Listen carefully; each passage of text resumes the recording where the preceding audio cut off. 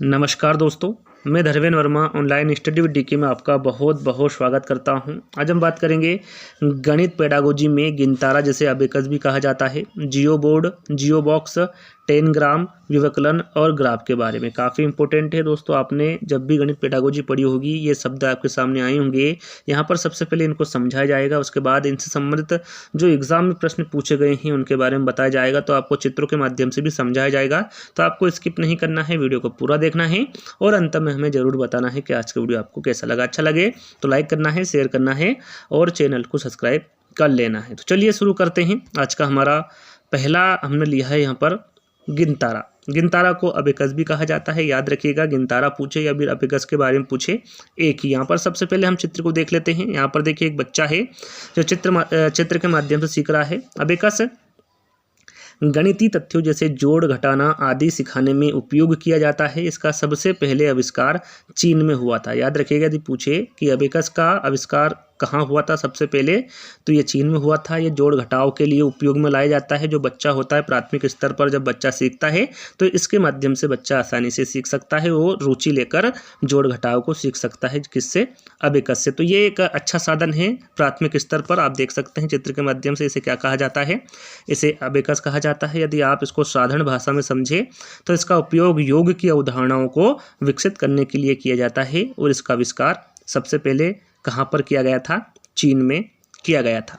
चलिए इससे संबंधित देखो एक प्रश्न यहाँ पर आया हुआ है। अबेकस के प्रयोग से यहाँ पर 4 विकल्प दिए गए हैं, जैसे कि मैंने आपको समझाया उसी के अनुसार यहाँ पर आंसर देना है। देखिए, जो अबेकस के प्रयोग से बच्चों के स्थानीय मान की महत्ता को समझाया जा सकता है। बच्चों को बिना किसी त्रुटि के संख्याओं को पढ़ना सिखाया जा सकता है। बच्चों में गणना की परिशुद्धता का विकास किया जा सकता है, या फिर उपरोक्त सभी। तो यहाँ पर हम देखेंगे पहला विकल्प, बच्चों के स्थानीय मान की महत्ता को समझाया जा सकता है। तो यहाँ पर देखिए, मैंने आपको चित्र बताया था। यहाँ पर जैसे कि ये दे रखा हुआ है, तो यहाँ पर जब बच्चा को पढ़ाया जाता है तो आप यहाँ पर इकाई, दहाई, सैकड़ा, हजार, इस प्रकार से जो यहाँ पर मोती लगे हुए हैं, इससे आप बच्चों को बता सकते हैं। तो इससे क्या है, स्थानीय मान की महत्ता को भी समझाया जा सकता है। बच्चों को बिना किसी त्रुटि के संख्याओं को पढ़ना भी सिखाया जा सकता है अबेकस से। और बच्चों में गणना की परिशुद्धता का विकास भी किया जा सकता है अबेकस के प्रयोग से। तो राइट आंसर क्या होगा? उपरोक्त सभी। इससे आप, यदि आपके माइंड में ये चित्र रहेगा, आपको ये समझ में आएगा कि अबेकस किसे कहते हैं, तो आप कौन सा भी प्रश्न आ जाए उसको आसानी से हल कर सकते हैं। तो यहाँ पर देख सकते हैं किस प्रकार का अबेकस होता है। ये प्राथमिक स्तर पर इसका ज़्यादातर यूज़ किया जाता है। वैसे तो अब बहुत ही कम स्कूलों में मिलेगा, लेकिन जहाँ पर भी मिलेगा बच्चा आसानी से इससे सीख सकता है।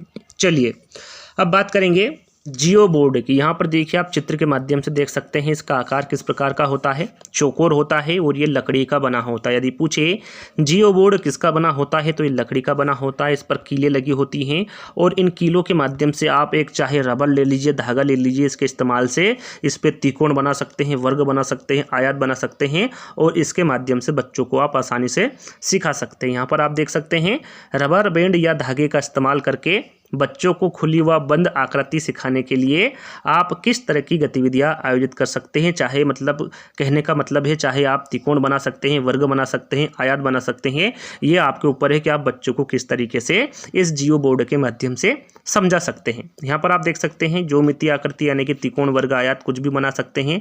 इसके लिए ये उपयोगी है। ज्योमिति की 3D आकृति को पहचानने के लिए किया जाता है ज्योमिति की, और यहाँ लकड़ी का बना होता है। यहाँ पर देखिए, आप देख सकते हैं इसमें आयत भी बना हुआ है, त्रिभुज भी बना हुआ है। आप इससे जो कुछ भी बनाना चाहते हैं, जो ज्यामितीय आकृतियों से संबंधित है, वो सभी आप जियो बोर्ड से बना सकते हैं और बच्चों को, प्राथमिक स्तर के जो बच्चे होते हैं, उनको आसानी से सिखा सकते हैं। तो आप यहाँ पर देख सकते हैं जियो बोर्ड किस प्रकार का होता है, तो इसको याद रखिएगा।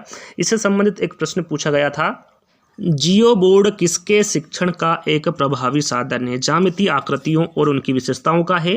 द्विमीम और त्रिविम आकृतियों में अंतर करना। द्विमीम यानी कि 2D और त्रिविम मतलब 3D आकृतियों में अंतर करना। सममिति की अवधारणाएं या फिर आधारभूत ज्यामितीय अवधारणाओं जैसे किरणें, रेखाएं और कोण। तो यहाँ जैसा कि मैंने अभी आपको बताया कि जो जियो बोर्ड है इसका इस्तेमाल जो ज्यामितीय आकृतियाँ होती हैं उसके लिए किया जाता है। तो यहाँ पर साधारण सी बात है, यदि आपने जान लिया कि जियो बोर्ड किसे कहते हैं तो यहाँ पर आसानी से आप आंसर लगा सकते हैं कि ये ज्यामितीय आकृतियों और उनकी विशेषताओं के शिक्षण का एक प्रभावी साधन है जियो बोर्ड। तो यहाँ पर राइट आंसर कौन सा होगा, हमारा पहला वाला होगा। चलिए अब बात करेंगे जियो बॉक्स। जियो बॉक्स के बारे में आप सभी को पता है, इसमें ज्यामिति से संबंधित गणितीय उपकरण रखे जाते हैं। बचपन में आपने और हमने इसका उपयोग किया है।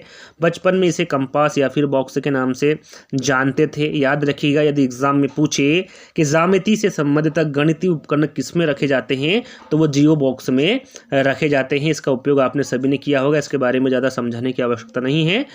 अब हम जानेंगे 10 ग्राम के बारे में। 10 ग्राम क्या होता है? 10 ग्राम चीन की एक पुरानी पहेली है। 10 ग्राम के अलग अलग टुकड़ों से हम कई जानवरों, इंसानों और चीज़ों की आकृतियां बना सकते हैं। जैसे कि आप ज्योमिति से जितनी भी आकृतियां बनती हैं वो आप इस 10 ग्राम के माध्यम से बना सकते हैं, बच्चों को सिखा सकते हैं। इसमें 5 से 7 बिंदु होते हैं और वहाँ भी किसी तार से ही बंधे होते हैं। याद रखिएगा, इसमें कितने बिंदु होते हैं? 5 से 7 बिंदु होते हैं और ये किसी तार से बंधे होते हैं। और इसका विकास कहाँ पर हुआ है? चीन में हुआ है, या फिर चीन में इसका विकास किया गया था। अब यहाँ पर देखिए, चित्र के माध्यम से, एक उदाहरण के माध्यम से मैं आपको समझाऊंगा। यहाँ पर आप देख सकते हैं या फिर समझ सकते हैं कि ये कागज का टुकड़ा है और कागज के टुकड़े को हमने इस प्रकार मोड़ा है कि यहाँ पर इस प्रकार के चित्र बन गए हैं और चित्र में हमने क्या भर दिया है? रंग भर दिया है। और जो जो रंग भरे हुए इनको अलग कर लिया है, यानी कि टुकड़ों में बांट दिया है।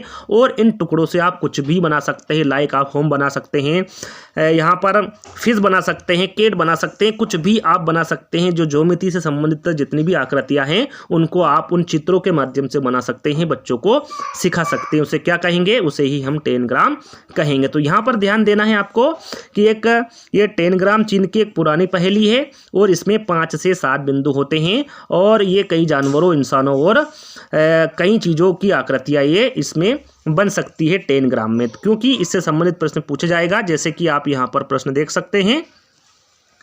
प्रश्न में पूछा गया है कि 10 ग्राम के विषय में सत्य कथन क्या है। मैंने आपको बताया था कि यहाँ चीन की एक पुरानी पहेली है। इसमें 5 से 7 अलग अलग आकार के टुकड़े होते हैं, ये भी मैंने आपको बताया। इन टुकड़ों को जोड़कर जानवरों, इंसानों और अन्य चीज़ों की आकृतियां बनाई जाती है, ये भी मैं आपको बता चुका हूं। तो यहाँ पर तीनों ही सत्य कथन होंगे 10 ग्राम के अंतर्गत। तो राइट आंसर हमारा कौन सा होगा यहाँ पर? पहला, दूसरा और तीसरा। चलिए अब हम जानेंगे विवकलन के बारे में। विवकलन में सिर्फ आपको इतना जानना है कि इसका अर्थ होता है घटाना। यहाँ पर देखिए, इस प्रश्न के माध्यम से हम विवकलन को जानेंगे। तो यहाँ पर प्रश्न कुछ इस प्रकार है कि शून्य की अवधारणा का परिचय किस समक्रिया के द्वारा उत्तम रूप से दिया जा सकता है? गुणन, विवकलन, विभाजन या फिर योग। तो यहाँ पर हमारा आंसर तो विवकलन आएगा, पर क्यों आएगा इसके बारे में भी आपको पता होना चाहिए। तो एक उदाहरण के तौर पर आपको समझाऊंगा। यदि आप शिक्षक के रूप में किसी बच्चे को, प्राथमिक स्तर के जो बच्चे होते हैं उनको आप घटाना सिखा रहे हैं, तो किस प्रकार सिखाएंगे?